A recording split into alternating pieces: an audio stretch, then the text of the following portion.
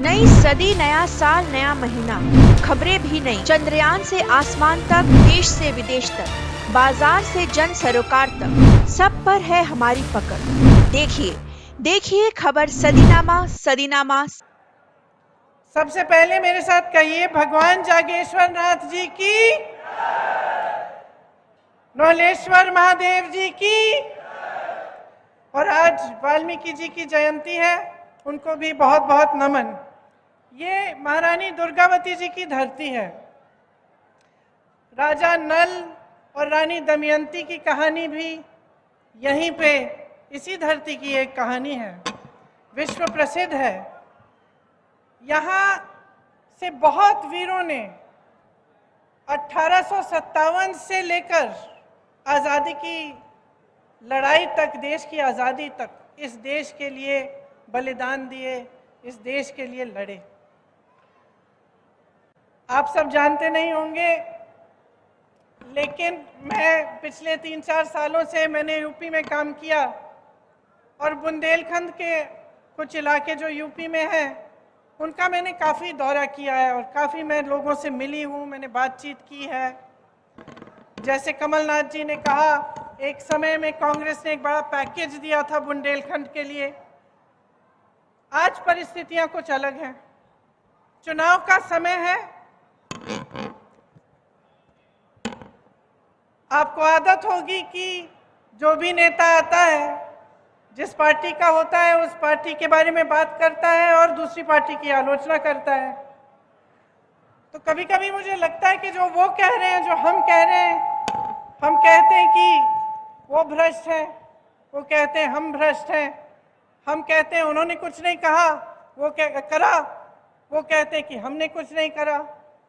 और इस तू मैं के बीच आपको ये निर्णय लेना होता है कि आप किसका समर्थन करेंगे। और ये तू मैं कभी कभी दोनों तरफ से एक ही जैसे लगने लगती है। तो मैं थोड़ा सा हट के आज आपसे कुछ बातें करना चाहती हूँ। मैं आपसे पूछना चाहती हूँ, आवाज नहीं आ रही, उधर जाऊं, उस तरफ आ रही है, देखिए अब आ रही है, अब आई, आ गई। तो इधर से बोलूं, उधर से बोलूं? चेक करिए, चेक करिए, यहीं से बोलूं? अब आ रही है? थोड़ा जोर से बोलूंगी। तो मैं कह रही थी, मैं कुछ हट के कुछ बातें करना चाहती हूं। मैं आज ये सवाल उठाना चाहती हूं कि आप जनता हैं इस देश के, प्रदेश के, आपकी क्या उम्मीद है राजनीतिक दल से, नेताओं से, सरकार से? देखिए, एक जमाना था जब बड़े बड़े महापुरुष थे, जब हमारी उम्मीदें भी जो उनसे थी बहुत ऊंची थी। एक सादगी का जीवन, सभ्यता, एक दूसरे की विचारधारा के खिलाफ भी हो तो एक दूसरे से जब मिलते तो हम ये उम्मीद रखते थे कि आदर पूर्वक बात करेंगे, एक दूसरे के प्रति अच्छा व्यवहार रहेगा। हम ये उम्मीद रखते थे कि हमारा नेता, उसका जीवन थोड़ा सादगी का जीवन होगा, देश सेवा में, प्रदेश की सेवा में, और करुणा भरा उसका जीवन होगा, उसका चरित्र होगा। लेकिन जैसे जैसे समय आगे बढ़ता चला गया तो हमारी उम्मीदें घटती चली गई। और आज जब मैं जनता से पूछती हूँ कि आपकी क्या उम्मीद है सरकार से, नेता से, तो लगभग एक ही जवाब आता है कि देखिए, हमारा जीवन मुश्किल का जीवन है, मुश्किलों से भरा हुआ है, संघर्ष से भरा हुआ है। तो हम जो न्यूनतम हमारी उम्मीद है अपने नेताओं से, अपनी जो राजनीतिक दल हैं, सरकारों से, कि इस संघर्ष के जीवन में हमारी थोड़ी बहुत सहायता हो जाए, हमें आगे बढ़ाएं। ये जो सड़कें हैं, पानी है, बिजली है, ये बन जाए, हमें बिजली मिल जाए, महंगाई से थोड़ी राहत मिल जाए, रोजगार मिल जाए, हमारा भविष्य बन जाए। बाकी आप सब रात दिन मेहनत करते हैं, कोई खेती में करता है, कोई रोजगार करता है। यहाँ से पलायन बहुत है, लोग दूर दूर जाते हैं रोजगार ढूंढने के लिए। जो दूर जाते हैं अपने परिवारों को छोड़ के जाते हैं, दिन रात काम करते हैं, पैसे भेजते हैं घर। किस लिए? ताकि आपका भविष्य मजबूत बने। और आपकी उम्मीद यही रहती है कि जो भी सरकार आए, इस भविष्य को मजबूत बनाने में, आपके जीवन के निर्माण में वो आपके साथ भागीदार हो और आपकी मदद करे। लेकिन परिस्थितियां कुछ अजीब सी बन गई हैं। हम रोजगार की बातें करते हैं, यहाँ पलायन बहुत है। अब पलायन कब होता है? पलायन तब होता है जब अपने इलाके में, अपने जिले में, अपने प्रदेश में कम रोजगार मिलता है। तभी इंसान सोचता है कि भाई यहाँ मेरा कुछ बन नहीं रहा है, मैं शहर में जाके कुछ काम करता हूँ, हो सकता है कि कुछ बन जाए। तो पलायन किस लिए हो रहा है? क्योंकि रोजगार आपको मिल नहीं रहे। और रोजगार क्यों नहीं मिल रहे हैं? आपने कभी सोचा है कि 45 सालों में सबसे ज्यादा बेरोजगारी आज है हमारे देश में। यहाँ मध्य प्रदेश की जो सरकार है, पिछले 3 सालों में इन्होंने 21 रोजगार दिए हैं। 21 रोजगार। अगर इतनी बेहाल स्थिति नहीं होती तो हास्य स्थिति होती कि एक सरकार जिसके पास सत्ता है, जो 18 सालों से सत्ता में है, वो मात्र 3 सालों में मात्र 21 रोजगार दे रही है। आप पुलिस वाले हैं, आप ध्यान से मेरी बातों को सुन रहे हैं। कितनी सरकारी नौकरियां खाली पड़ी हैं, कितने पद खाली हैं। यहाँ मध्य प्रदेश में जो स्वास्थ्य की व्यवस्था है उसमें देखिए, तमाम डॉक्टरों के पद खाली हैं।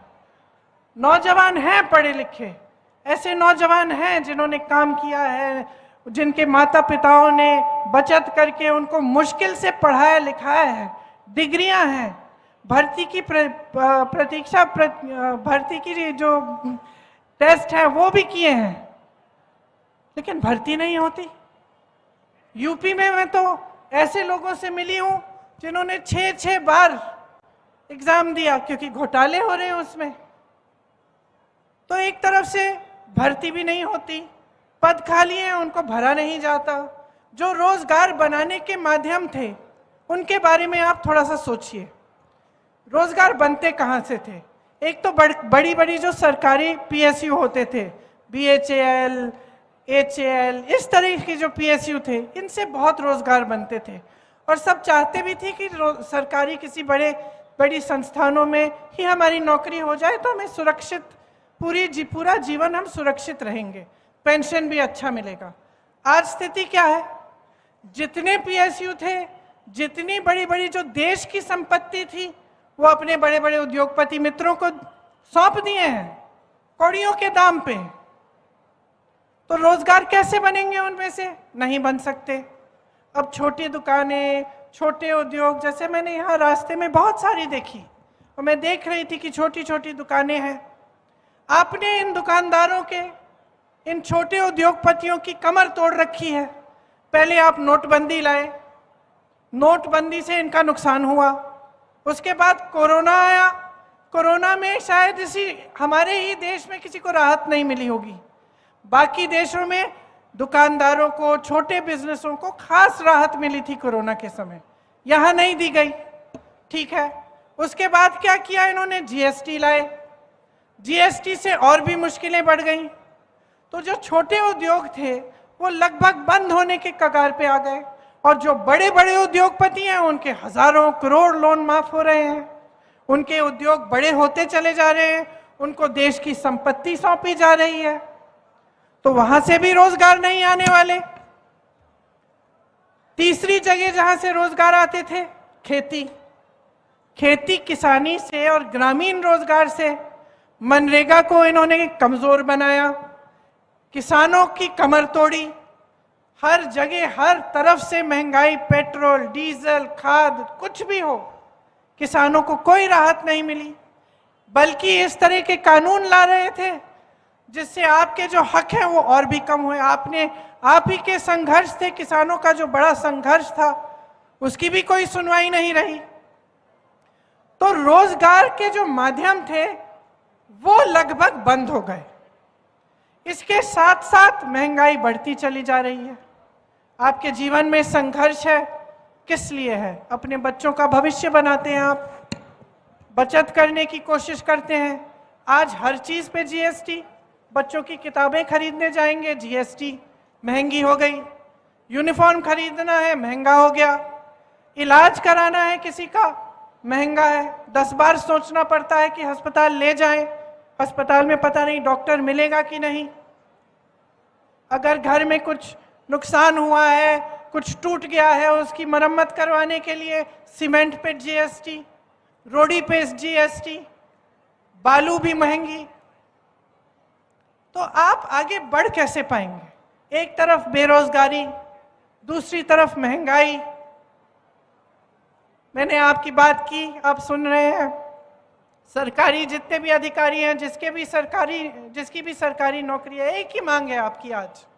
नई सदी, नया साल, नया महीना, खबरें भी नई। चंद्रयान से आसमान तक, देश से विदेश तक, बाजार से जन सरोकार तक, सब पर है हमारी पकड़। देखिए खबर सदीनामा।